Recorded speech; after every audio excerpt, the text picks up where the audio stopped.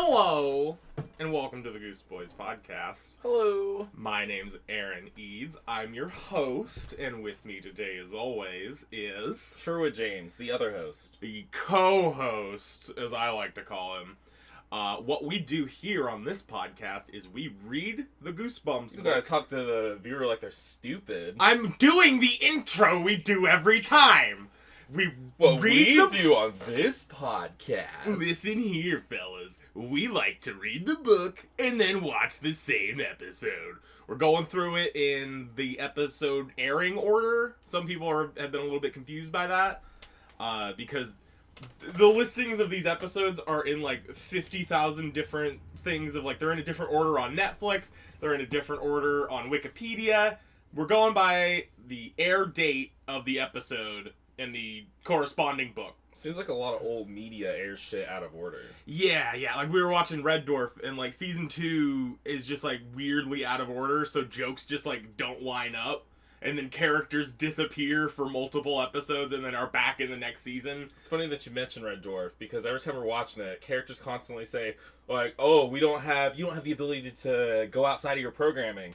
And in the very last episode, they just did that. Yeah. That kind of bullshit. Yeah, shit like that, where for whatever reason, it got either aired out of order or just in compilation got mixed up. I don't fucking know. But, here's the thing we're going to do before we get into the review. Oh? It's a new segment. I sort of wanted to do it last time, but it's a segment we're going to do for as long as it's fun. Right after podcast intro.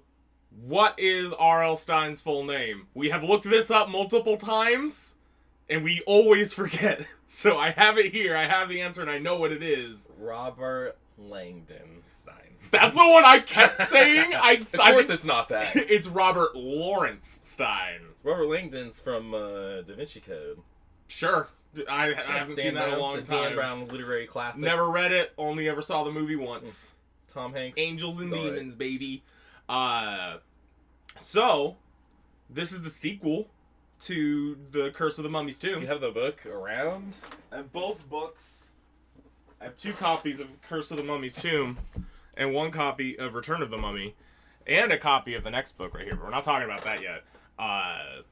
Yeah, this is the first one that we've done that's a sequel to another episode, and the episode is wildly different from the book, but also not really. It kind of just like...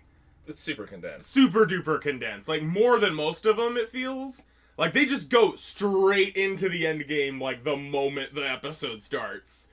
And, like, because the book starts with Gabe, and he's like... Maybe we should just go into the book. Yeah, let's start the book. Gabe's at the airport. He's flying to meet him. He's coming back. 13 years old. In the last book, he was 12, so it's a year later. A year later, he's going to Egypt. And there's this flight stewardess, Nancy, and she's so nice to him, and she's so pretty. She's fucking hot. She gives him extra peanuts and treats him like an adult. She's like leaning on the seat so she can talk to him. Yeah, this is a weird little segment in this book. But they vaguely reference the events of the first book as though they, like... But he kind of tells her a little bit, oh, my uncle's an archaeologist. Yeah. He's digging up tombs and shit. Yeah. And she's like, oh, sure, yeah. Doesn't believe him. National Geographic is referenced. I think that's the only pop culture reference in this whole book. No, there's a couple. There's a couple? Maybe I missed them. Yeah, because in this book, like, there's so much in this book that is just completely pointless information, and... It's world building.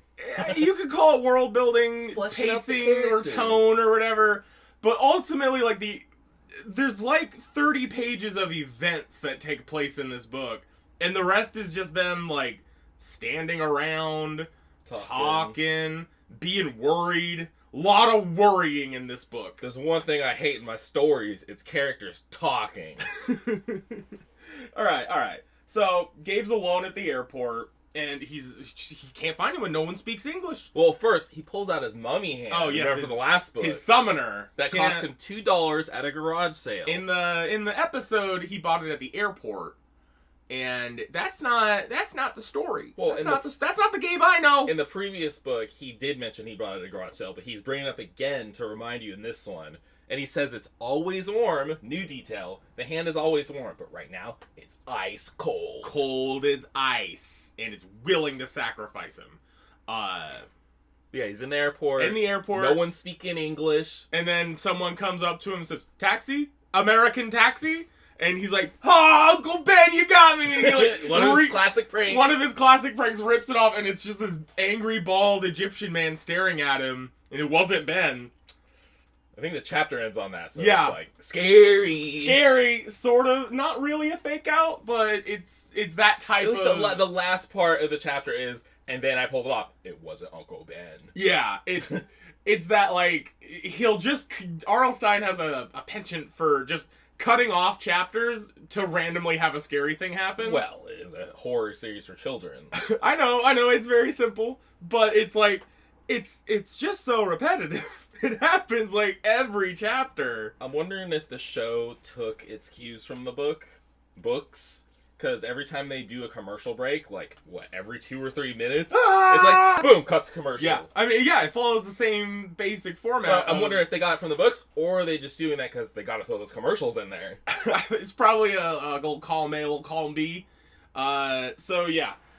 Sorry and Ben, they're there. They show up. They saw him hug that stranger. Yeah. So they're laughing at him. They're just, like, goofing on this fucker. Which is, like, good. He got. Because Gabe gets got.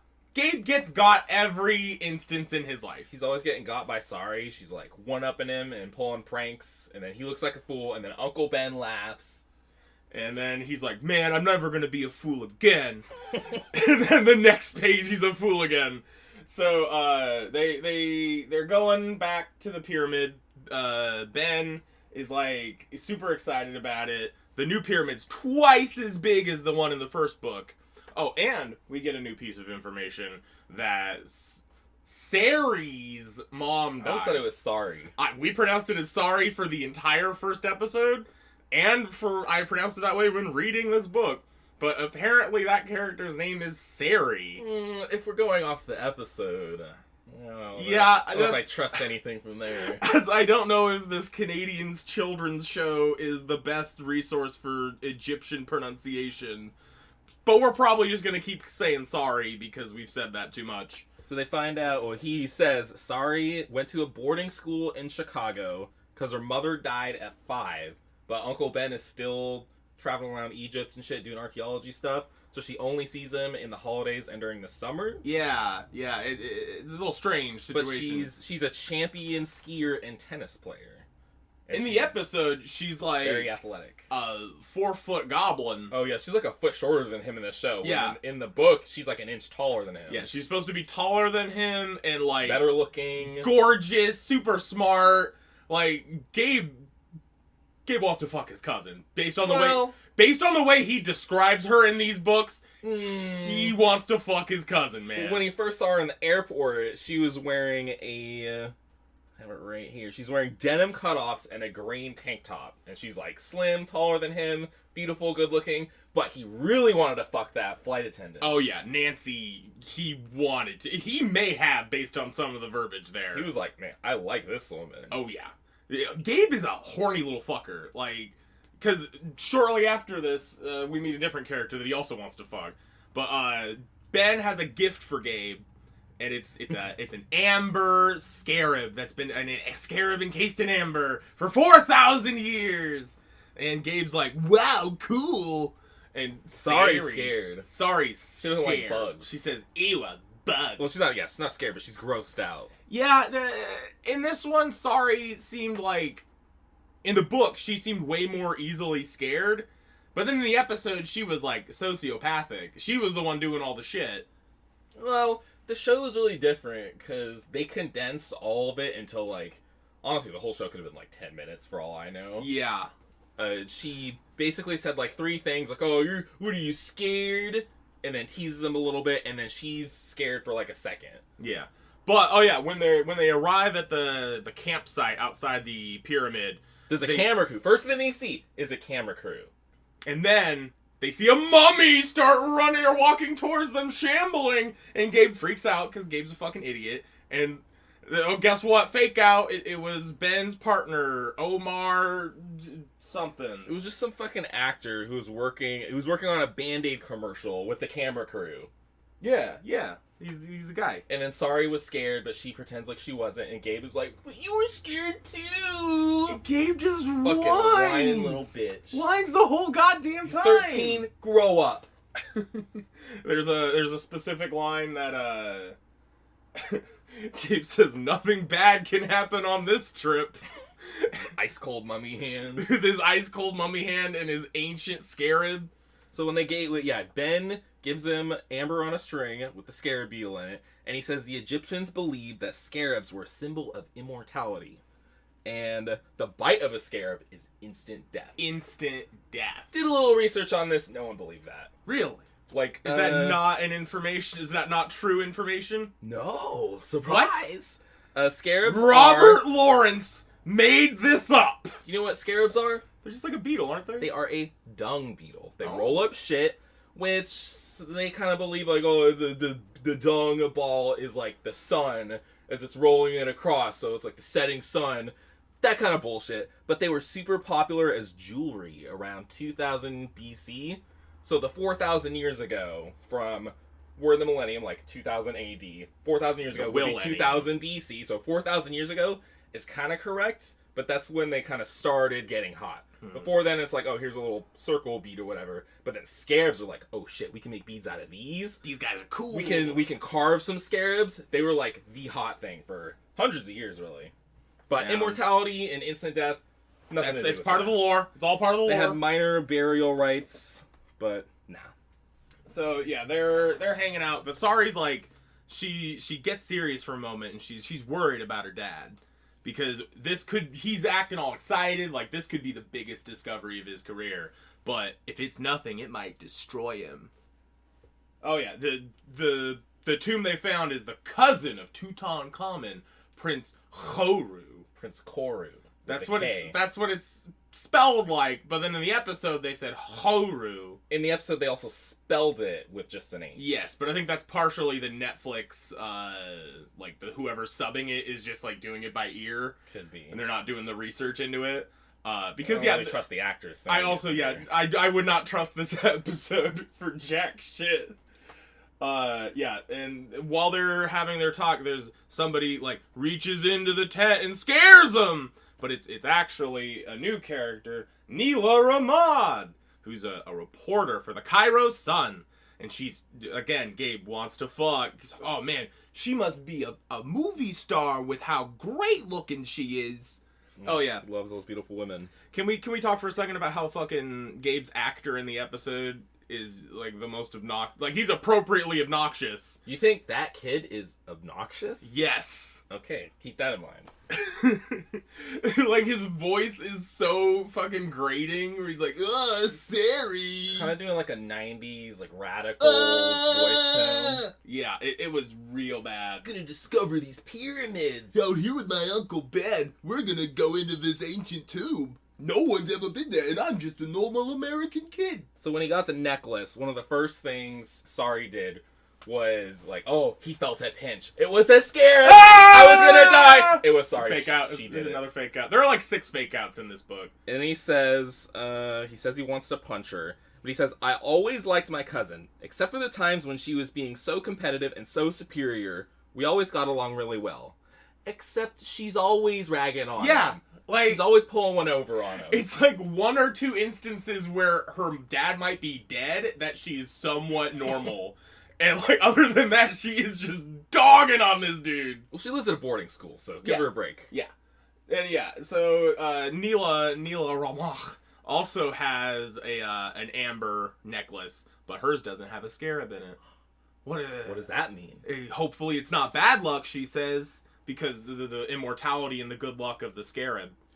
They spend the night in the tent, and before they leave, there's a couple of pop culture references. Bart Simpson. He puts on... No, that's later when they're in the pyramid. But he tugs on his black and yellow Michigan Wolverines cap. That's how you know he's from Michigan.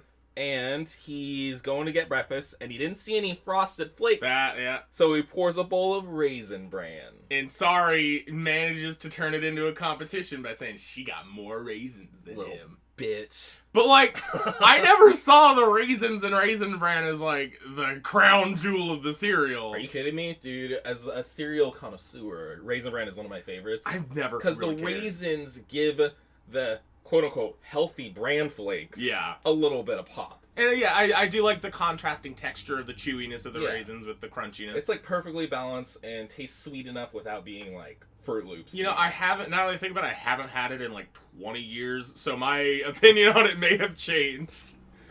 Yeah, so They're in the morning, Ben's talking to him about the tomb, and it's a cousin of King Tutankhamun, the famous, like, 9-year-old pharaoh or something. yeah, that guy. He was a kid when he died. Yeah, but everybody just thinks of him as like big, giant Egyptian mummy because of his sarcophagus, which is like the classic one that everyone thinks of. Oh, really? People think he's a big mummy? Yeah, that's a common misconception. He's famous for being a child. But people only ever hear King Tut, and they just think, oh, it's mummy. It's just a big-ass mummy, because they think He's of the most famous this mummy. exact fucking type of case, this huge sarcophagus, that people just think he's a big-ass mummy. Couple things about King Tut. His tomb was quote-unquote discovered in 1922. Colonizers! And yeah, like archaeologists, there's a huge history of them being bullshit. He took the throne at 8 or 9 years old. He was disabled. Oops. Wow, my notes wow. There. Oof. Really fucking up here, huh? Really dropping the ball. Google Wow, oh, wow, oh, wow. Hold on, I gotta scroll. Just cut the scroll. No, I'm not cutting anything. Alright. Yeah, disabled in the left foot, had scoliosis, malaria, had to use a cane. They did DNA testing of the mummy, Tutankhamun, and his mother and father were brother and sister.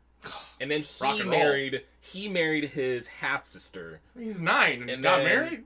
Fucking Egypt, you guys are crazy. And had 2 babies with her. At 9? Well, I'm sure there was a couple years. I thought you said he died at 9! No. He took the throne at 8 or 9. Okay. And I thought you said he died. I think he did die young, but he didn't have 2 babies. He got his half-sister pregnant, and lost 2 of the babies. One was a miscarriage, one was stillborn. Wonder why. So, yeah, huge incest back in those days. Trying to keep yeah. the bloodlines pure. Pure bloodlines always leads to crazy shit. And Prince Koru Koru is who they think is buried down there, and he's wealthy as King Tut. But Uncle Ben mentions the tomb might already be empty because grave robbers. Grave robbers, or just like fake tombs to trick grave robbers, all sorts of shit. Anyway, they get down into the pyramid. With Nyla. She comes with them with her camera. Nyla, yeah, and... I assumed it was Nyla because like they Nile. say the Nile River. Yeah, but again, that could just be us assuming shit. Reporter for the Cairo Sun. I said that already. You're stealing my bits! Anyway, they're down in there, and Gabe... literally the first sentence after they enter the pyramid is, I don't even know how I got lost. I was doing this and I got lost. Kind of like the first book. Exactly. How is Ben so irresponsible that this keeps fucking happening? Like, just put a goddamn leash on these kids.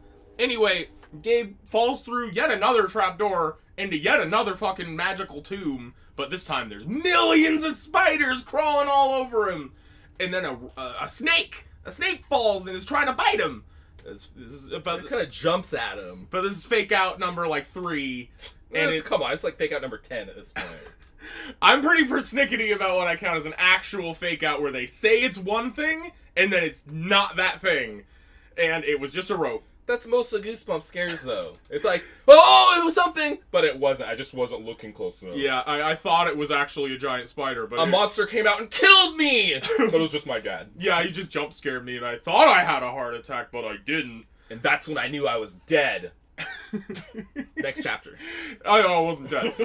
Yeah, so it was actually a rope, and Ben and Sari and Nyla, they help him out of there, and it's like, oh wow, this is actually the secret tomb of Koru, and there's a golden lion head that's like, it's blocking off the tomb, and then they break it off. In the episode, or in the book, they describe that it takes hours of them slowly chiseling away at this thing. They also have a ton of workers doing it. Ton of workers slowly moving this brick. In the episode, Ben goes up to it with a hammer and chisel, hits the door lock once. It falls down perfectly, and the door just slides open. They didn't have time for that shit. Ancient Egyptian technology. Well, why didn't they just have him, like, push it or something? Like, put his hands on it at least. It looked like it was fucking electric. So, Gabe pulls out his summoner To check on it. To check on it, because he thought, oh man, maybe it got crushed. And Nyla's eyes light up, like, yo, where'd you get that summoner? She knows. Calling it by its official name. She's Egyptian, though. Yeah. So. She knows everything. Oh, yeah. Before they actually open the tomb, some guy comes in and he's freaking the fuck out, like, oh, you're gonna be cursed if you open it. Don't do it. And it's Dr. Fielding. Omar Fielding. One of Ben's partner. Uncle Ben's colleagues, yeah. Who, like, he says, like, oh, that guy's always trying to steal my work. He just wants the credit for the dig himself. Hashtag stop the steal. So, yeah, he says, like, don't open that tomb. I'm leaving now because I don't want any part of this, and leaves. Because he was quoting the famous last words of Prince Koru, please let me rest in peace. This mummy don't want to get waken up. He didn't want to wake up. So Ben doesn't heed the warning. And Omar's like, I ain't having no part of this tomb. Oh, yeah. Dr. Fielding is the one that says, don't open the tomb. If anyone repeats the ancient words written on the tomb 5 times, the mummified prince shall come to life. He's the one that gives them the warning. Exactly. So then he leaves. He leaves, and then Ben's like says to all the other workers, like, yo, I don't want to force you into this. You're free to leave too, even though we've been working on this for months and months and months. They all agree to stay because they've been working on this for fucking ever. Then they spend hours opening it. And they once they open it, the door opens into an empty room. And Gabe's face drops. He's fucking hurt. Sorry, sad. But Ben's smiling. Because he says, this is expected. There's another door on the other side of the room. So they go through and they spend hours opening that one. And then they open it a few inches and Ben sticks his head through. And he's silent for a while. And then he says, I've made a huge mistake. A huge mistake in underestimating this discovery. It's a room filled with treasure and mummies and all sorts of shit. It's got treasure and then a single mummy case. Again, the word sarcophagus does not appear in this book once. How much research R.L. Stine did here. I think that's probably a publisher thing of like the reading level for this book is not such that they should be expected to read sarcophagus. I don't know the actual demographic, but I would assume like 8 to 12, 8 to 12 around there. So you should be introducing these words. That's the thing. It's Scholastic, and Scholastic had a big push around the 90s of like get kids to read. So they forcefully made every one of their books the easiest to read they could be. Fucking dumb them down. They dumbed them down because they wanted more kids to be able to understand what was happening in the book. What you do, here's how I would do it. Oh, I walk into the mummy's room and saw a mummy coffin. No. I walked in the room, saw a coffin, or a sarcophagus. Or you say, I saw a sarcophagus, a coffin that is used specifically for mummies. Let the character tell you what's up.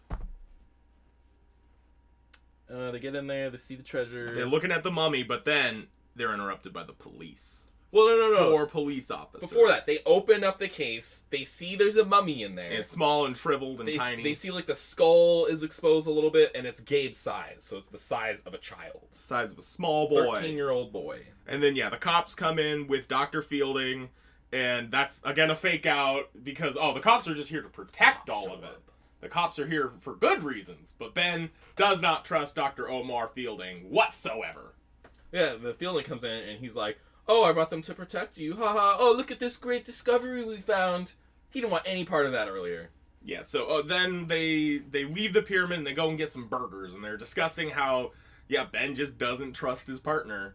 And Nyla is, like, sidling up to him real close. Oh, she's been there the whole time. But they're, like, at this point, pretty clearly an item of some kind. They're not an item, but all Gabe right. is like, oh, I think they like each other. All right, there's liking someone... and then sidling up to them at dinner, putting your arm around their arm, and, like, cuddling on them. That's more than just interested behavior. No. That is interested behavior. That's not more than... We are an item. We are in a relationship. I didn't say relationship. That's what an item means. No, I think an item of some kind is what I said.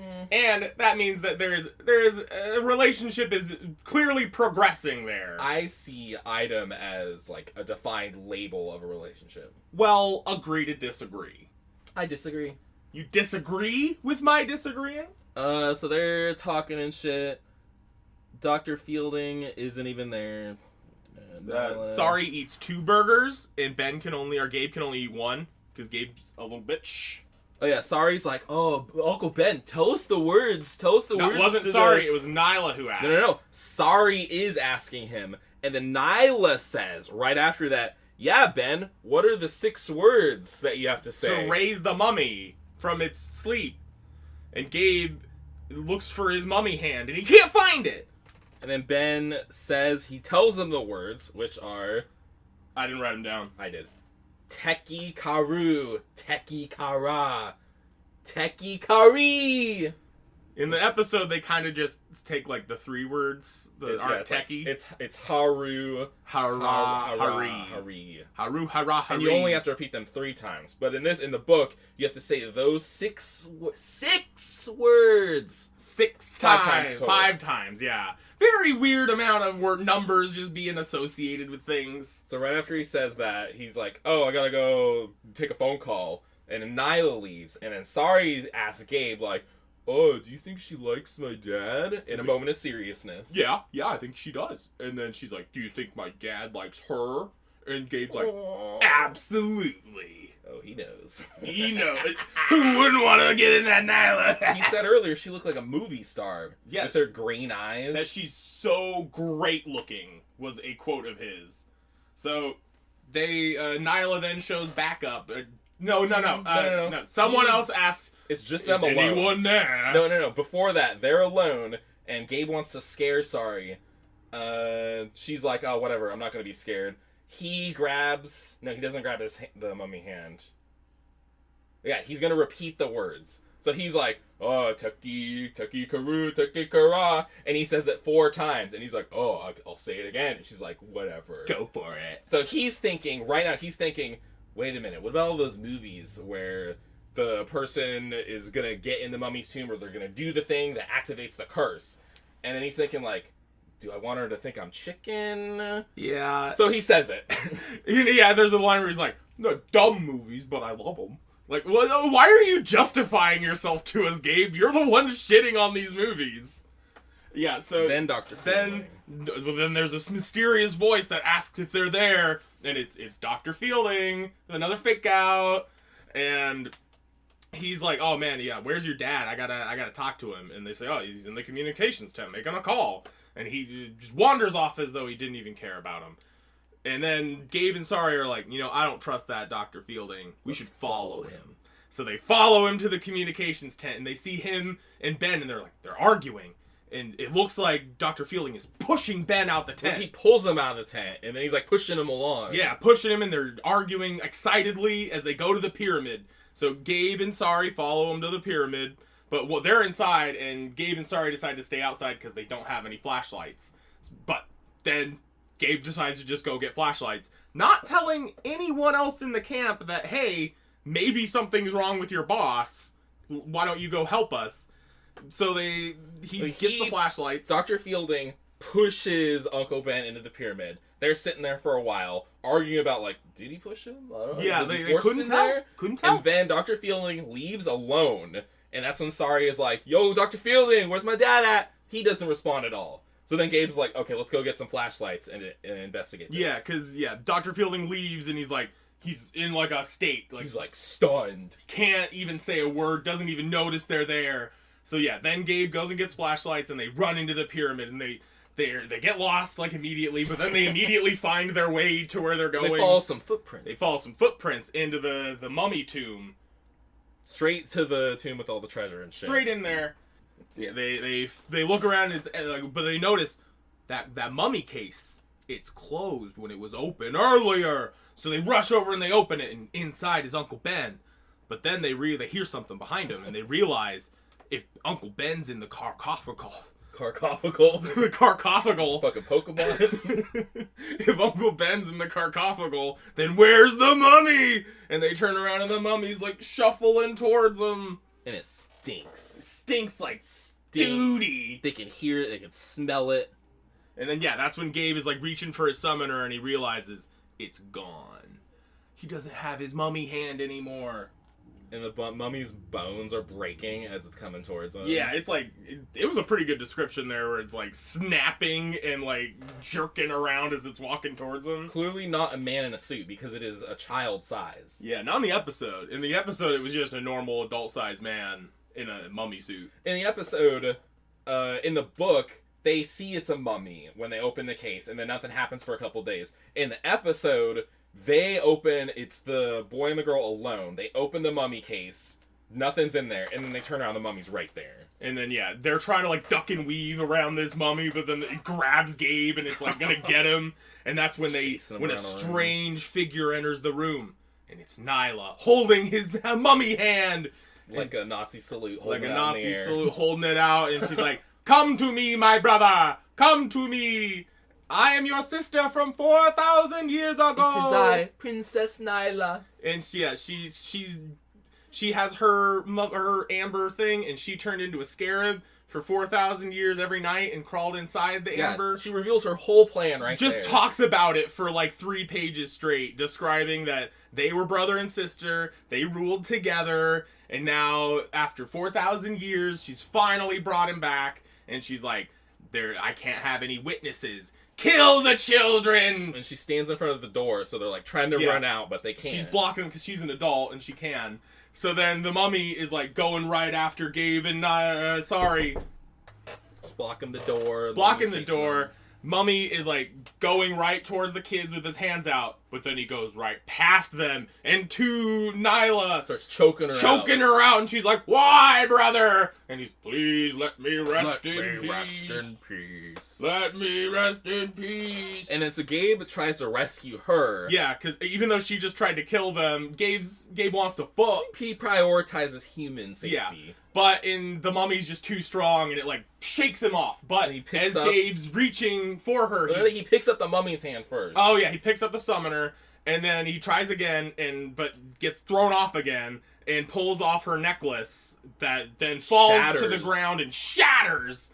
And then she starts shrieking, "No! My life! My life! My life! My life!" Yeah, and the mummy freezes. Mummy freezes, and then she, like, starts to shrink down into a little scarab that then just skitters off into the desert. Yeah, this is where she admits I was a scarab. I crawled inside the pen. Yeah, she crawled in there every night for 4,000 years. And then, yeah, so they defeat her. She's gone. She shrinks, disappears into her clothes, and then she comes out as a scarab and then crawls away. And then Gabe feels a hand on his shoulder. It is Ben! Another fake out.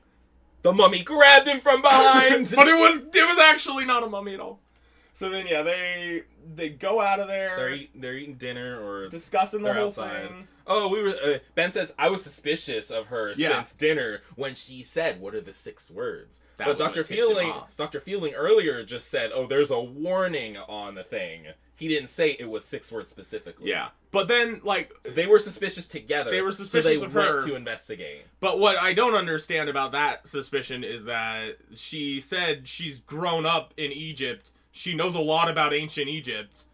That was a whole, thing when they were discussing the scarab and all that. I don't think she said she could read the... She couldn't read it, but she said she knows a lot about ancient Egypt. So, that's a fairly reasonable thing to know. That's not a fucking curse in a mummy's tomb? Yeah, Why would everyone know about that? If you're in a report... Oh, yeah. So then, yeah, he says, with the phone call he was making after dinner was he was calling the Cairo Sun, and they never heard of a Nyla Ramad. Yeah. When he was suspicious. That's what confirms the suspicion. And then Dr. Fielding said, she went inside the pyramid, and that's when they went to the pyramid. Exactly. But then they hear more mummies coming! They found... No, they went in there, and then she had already revived the mummy. Yeah. And then knocked Ben out. Yeah. But yeah, then they hear more mummies coming. But it's Dr. Fielding.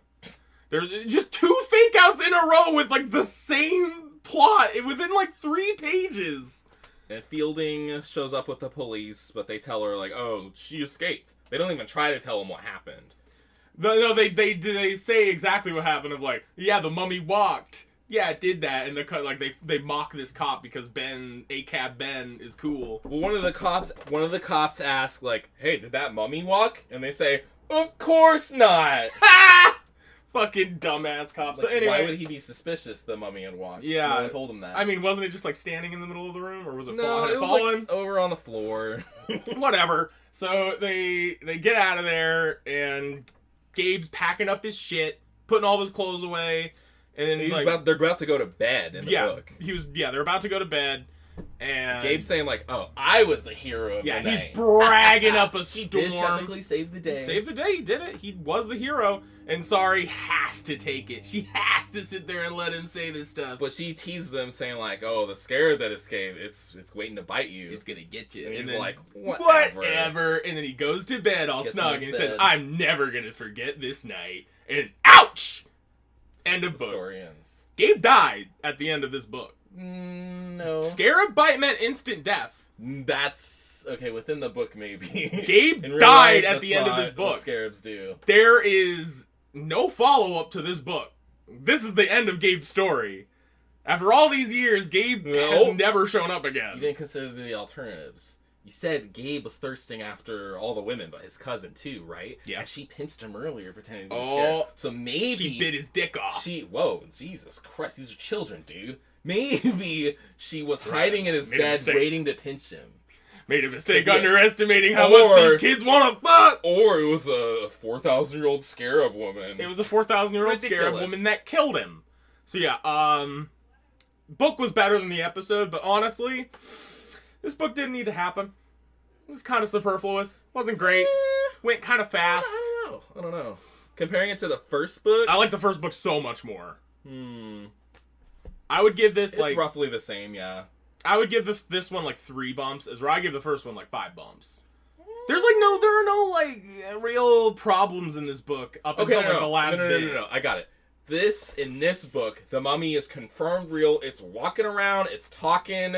It's an actual mummy. In the original book, it was a killer man. It was a slasher, really, who was like, he was following a curse instructions, A much passed down more through rituals, but Tangible threat. that could have been all in his mind. Could have been fake. The mummy illusion could have been an illusion. This one, the mummy came to fucking life, and his sister from 4,000 years ago, she brought him to life, and she turned into a scarab. Yeah. And she's like still on the loose, allegedly. and bites him to death. That's the end. It's potentially could have been her, could have been his cousin.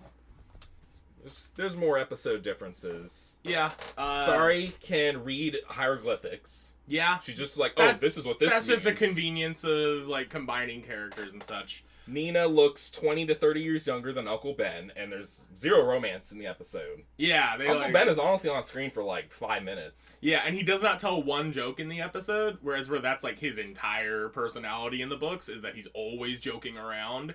In the episode, he's kind of just like generic archaeologist man, and he like he knocks himself out on the wall trying to open the door.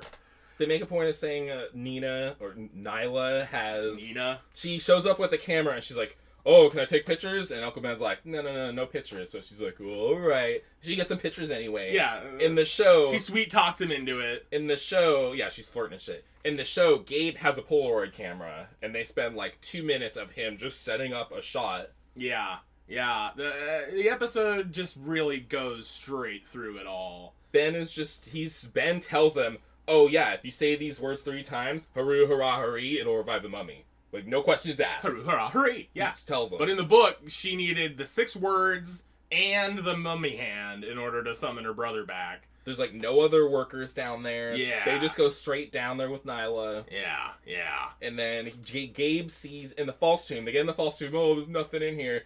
"Oh, wait, that's my summoner in the wall." So Gabe goes over there and it grabs The him. mummy hand grabs him and And pulls he's- him and Sari through the It's wall. like literally grabbing on his arm, and everyone's like, "What?" They're literally laughing at him. Drinking. And he's like, ah! And he grabs Sari, and then they get spun on the wall, and Ben gets knocked out when the wall spins. Yeah, it's...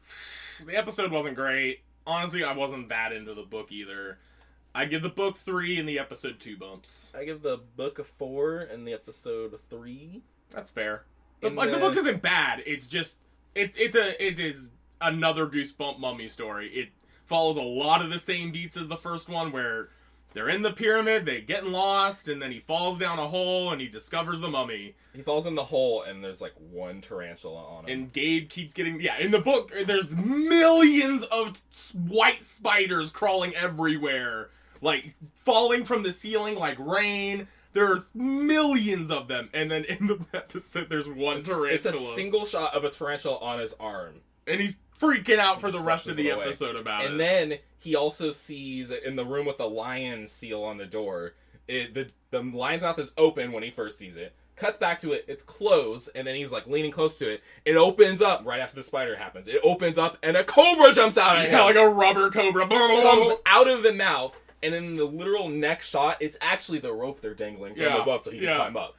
Yeah, fucking Goosebumps fake outs. And then when he, minor reference to a popular movie franchise, I'm assuming, when he beats the mummy, he like throws the hand into fire, but he says, Haru, hurrah, something or other.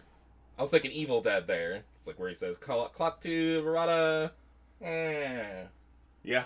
The Army of Darkness. That's almost an exact quote. He's like, for the last word. No, because he, at one point, Ash is like, so it's kind of like, is the last word the N-word? And like, I thought he just didn't know it. No, because he's that dumb. He did fuck up and not know it, but then he was like trying different words, and at one point he's like looking around, he's like, Klaatu Verada, and he's like trying to say it without saying it. See, I just read that as he didn't know the word, so he's trying to bullshit his way through it. Yeah, you should have watched. I don't know why. I don't know where this race is coming from. The racial terms are pretty clearly jokes in the movie. I don't know how long the last time you watched it was. I don't remember seeing the N-word anywhere in the Evil Dead franchise. Well, maybe watch Army of Darkness again. I guess I better keep my eye out for it. Maybe keep your ears open next time you're watching, because that's clearly an N-word joke in Army of Darkness. Clearly, the N-word expert here. Yeah, I'm a white bald man. If anyone is an expert on that word, it is this guy.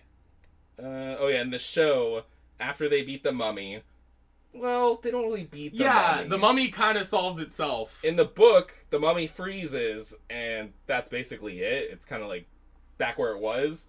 In the show, they beat it, the pyramid starts collapsing, and they grab Uncle Ben and get the fuck out of there. So like, there's really no discovery of the tomb or anything. Yeah. Whereas in the mummy's in there, like the last thing you see of him is his hand like moving as he's being crushed by rocks. So he's like not technically dead.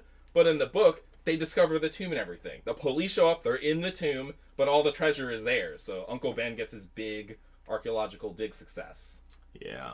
And then, in the episode, at the very end, instead of the pinching in the bed, the hand crawls under the tent, and they don't see it as they're getting ready to leave, and it jumps into his suitcase. It hops in there. And grabs the pendant with the scarab, and then he closes it. And Sari says, can I give you a hand? And he says, no, I got it. Yeah. Ha And yeah, that's that. Couple of trivia notes here. Ooh, got some trivia. Gabe in the episode is played by Daniel DeSanto, who plays Carlos from the Magic School Bus. Carlos! That obnoxious kid. That's why his voice sounded so fucking familiar. He also plays Tucker, a main character of Are You Afraid of the Dark? Yeah, I know him in that. I recognized him from that. And Raycon from Beyblade. I never watched Beyblade. I watched a ton of Beyblade, but his voice sounds English like something that would have been in that. Yeah, main character in that, supposedly. And the girl, Sari, in the show, Anik Obon Sawin.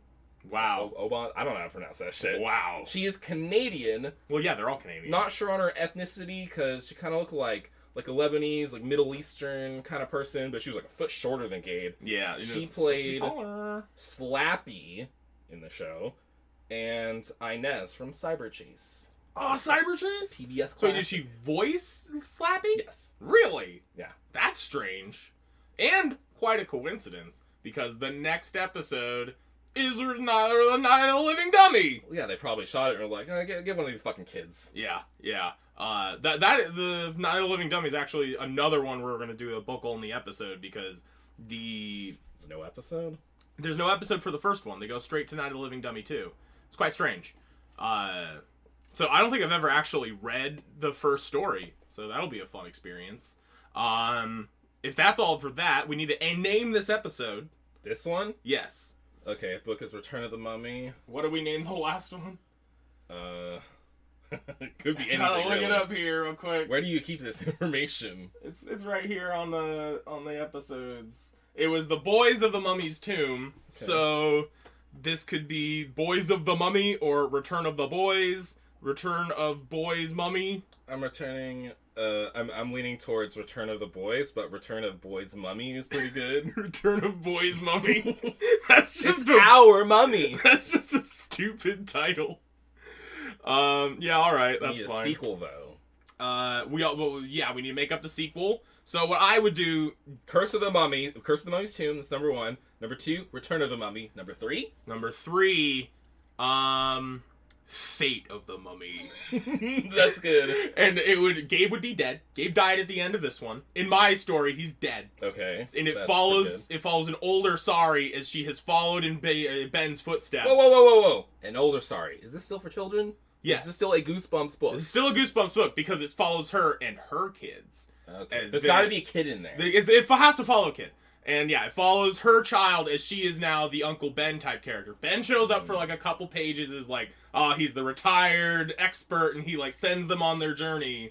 So then yeah, they go in there and the scarab that killed Gabe has like grown into a giant scarab monster, sort of like the Scorpion King. So Neela's back, and she's a Scorpion King type monster. Scorpion Queen. Scarab Queen. Oh, that's good. And yeah, she's got like the bottom half of a scarab, but then like her normal body top on half. So she's still a movie star. Still a gorgeous movie star, great looking, but with like, monster parts. I could work with that. Yeah, I could get on board with this sequel. Yeah, she was not that attractive in the show. Yeah, she was she's kind of alright. She just looked like a mom. Her accent was all over the place. Oh yeah, I don't know if that's what an Egyptian accent sounds like, but it sounded like fucking Welsh or something. I was thinking like Middle Eastern mixed with Russian. Something like, my brother, I need to save you, my brother. It was just weird. It was a weird, awkward accent. Oh yeah, and then the mummy spoke in like this Perfect English. Perfect English after 4,000 years as a mummy from ancient Egypt. Just says, I want to rest in peace. And please. she's like, you're my brother, remember. Remember, my I brother. remember. Let me rest in peace. Yeah. Who would be a good versus? Who was even the villain of this? Was it her or the Villain mummy? was Nyla, yeah. So it would be her Mummy was just trying to get some fucking sleep. It would be her trying to wake up mummies versus, I don't fucking know who wakes up shit. Bedman from Guilty Gear. Why not? She wins. I don't care. We do have emails. I think we have one. Really? We have one email, but it might contain multiple questions. This comes from our good friend Oberon from fucking, I don't know, Pennsylvania, Transylvania. Oberon. Some kind of foreigner man from Narnia. I don't know. He asks, if you had to design a Goosebumps fighting game, which characters would you choose to include? What would their playstyle be? And who would you main? Well, Slappy's obviously making it. Slappy's obviously in there. I would He's have small and he's running around. I would have the haunted mask, but you would be Carly Beth wearing the mask, and you would be doing all sorts of stuff, and you could summon the other masks as projectiles, or the other masks are floating around you. You Like can a do all sorts of shield. shit. Yeah, or aerial denial, trap placement character. Yeah, Slappy's in there. Slappy's doing Slappy shit. Chicken. Chicken. I don't know what that one The is. book. Is that a book? I haven't read that one. Chicken. From Goosebumps? Yes. I've never heard of It's this one. 40 or 45 or something. Yeah, Later on. chicken's in there. Say cheese or die. What the fuck is say cheese? That's a camera. Yes. You have a character with the camera? Yes, the playable camera. Okay. Oh, it's just the camera? Okay, you know what? That's more appropriate for a finisher move. Yeah, You take the picture, and if you get him, that would be one of the characters. something happens. A child. One of the characters is a child that just happens to have a Random bunch of kid. Goosebumps shit. He's the main character, kid character. You do your super, and it's a random move. Yeah, of a bunch of different shit. He's the item type character that has the Teddy from Persona and Platinum from Blaze Blue. You know what? The character it is the blob that ate everyone. It's the kid from that one. Yeah. So he's typing on his typewriter, and he'll type something up, and he'll summon whatever. No. He'll summon the camera. Yeah, for it the would book. be like Pokemon Trainer from Smash Brothers. He's in the background on his typewriter typing shit up, and then it happens on the screen. Yeah, that's a good one. The plant from Stay Out of the Basement. Yeah, the plant man, the plant monster man. Dad. Yeah, and he's like growing different plant kids as his projectiles. Turns you into a plant for his ultra. I would probably main Werewolf skin. No, the evil superhero from that one comic book. Attack of the Mutant? Attack of the Mutant, yeah, I'd be the mutant. That'd be my main. He's doing comic book bullshit. That was basically like a Freddy Krueger episode. But we'll get to that when we get to it. There's a second... Clock of Doom. What, are you just gonna play as the clock? No, you play as the little sister. Oh, that little cunt? That little bitch. That little murderer. Mr. Mortman. I would play as Mr. Mortman. And if the girl loses, she's erased from existence. Second question from podcast listener Another one? G. McClunky is... How much did Goosebumps impact you as a child, and how do you feel revisiting it now as an adult? Not nearly as much as Animorphs, but definitely influenced me. The child horror, intro. It was because as a kid, I was a huge pussy. Like, I was scared of fucking everything. Like, I was terrified of the dark, going to sleep every night. I was praying to Jesus Christ to protect me. Don't let monsters get me. I was a good little church man. And, I was terrified. But Goosebumps, the show, I never read many of the books. Just because I wasn't much of a reader as a kid. I've always been a writer. I always liked writing more than I liked reading. But yeah, it was all very approachable, very simple, fun, spooky, but not too scary.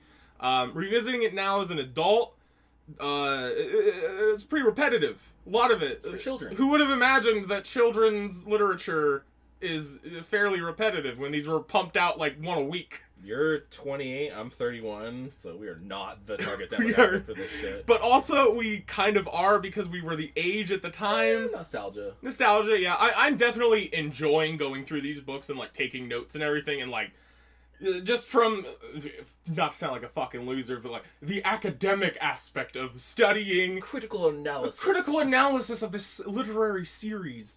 I enjoy seeing... He has changed over several different books. Of like, his writing style has evolved, like reading more recent ones, like just flipping through them. He's clearly become a more competent writer from the first ones. Goosebumps 2000 series. Oh yeah, I don't know if we're gonna get to that. I have a few of those, but who knows? I like seeing just... Here's an example of some of the most popular literature of all time. I'll say, regardless of the contents of the books, the covers are iconic. Covers, and yeah, I just love holding these little books. These are fucking fantastic. I've always loved just having them. And right now we have just a big box of every Goosebumps book sitting in the front room. A lot of them are silly because, it's for kids or whatever. Yeah. But a lot of the earlier ones especially they still have that creepy vibe to them. Like, Curse of the Mummy's Tomb, it's a spooky looking mummy. Return of the Mummy, spooky looking mummy. Stay Out of the Basement, the hand that's coming out classic. of the door. This is not Out of the Living Dummy, classic fucking slappy cover. I would say that's edging a little more towards creepy than it is silly, because it's like a lot of shadows and dummies are kind of scary. Yeah, and it's just that blank, staring face that's like, that's what a dummy looks like. They're He's just not blank. making a joke. He's like about to bite your dick off. He walks, he talks. No, he walks, he stalks. Oh, I didn't see that S. So yeah, I hope that answers your question there, Mr. McClunky. Oh, I didn't say anything. Oh. By all means. All I really have is I remember being like 5 or 6 years old in the public library, and I picked up a copy of Welcome to Dead House, the very first book, and I was trying to read it, but I was at that age where like I knew how to read, but I didn't really read. Yeah, you understood like what the words meant, but your reading comprehension wasn't there. The comprehension maybe, but the engagement was not there. So I was like, this is really boring. Yeah. The kids, but later kids don't like reading. As I grew older, I definitely read them, and like the scholastic book fairs at my school. I remember being at one, and they had Vampire's Breath, the brand new Goosebumps, with the vampires on the cover, and he's breathing so you can see his breath. See, I learned to read for playing Final Fantasy and Pokemon, so books were just like, they were just a training tool to get to Final Fantasy 7. And, it wasn't Final Fantasy 7, that was later. It would have been like Final Fantasy 3, which was Final Fantasy 6. I don't fucking remember. No, it was Final Fantasy IV. Fucking that Get your shit straight. It's so confusing because they relabeled them for America and then they changed them back. Anyway, the Scholastic Book Fairs were at, because I was raised in a homeschool environment. Loser. And my mom did home daycare for like my entire childhood. So we did the Scholastic Book Fair type thing. Not the where you would buy the books, but where you would compete for prizes. Of like, how many books did you read? And when reading was incentivized like that, with Pizza Hut pizzas and such, I would read like a maniac because you got free shit out of it. Why wouldn't I read? But then after that, there was like a good 5-year period where I just didn't read anything. Because it's just like, I was like 10, I was playing Yu-Gi-Oh! I didn't care. You had TV access? Yeah, I had cable at that time. I was watching fucking, I don't know, Foster's Home for Imaginary Friends or some bullshit. God. Blue Q Kazoo, I don't fucking know. Well, Bust This Big needs ample support. That's a good joke. That That's is a a good joke. solid joke. Reading. Yeah. It's a powerful tool. Read books. My books. No, don't read my books. Buy my books. Don't read them. Well, how will they know? How will they know you've written them if they don't read them? Because they don't need to know that I've written them. They need to buy them so I can keep writing. That's all that matters. I don't care if they read them. Just buy my book. Save your cross. Capitalism. Capitalism. We live in a hellscape. Yeah, we need to get dinner, so let's wrap this up. See ya! Bye!